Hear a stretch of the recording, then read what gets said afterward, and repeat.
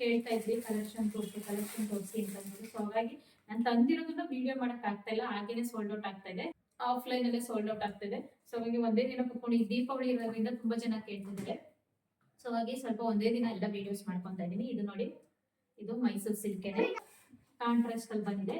ಇದು ಕಾಂಟ್ರಾಸ್ಟ್ ಅಲ್ಲಿ ಬಾರ್ಡರ್ ಏನಿದೆ ಅದೇ ಕಲರ್ ಬ್ಲೌಸ್ ಬರುತ್ತೆ.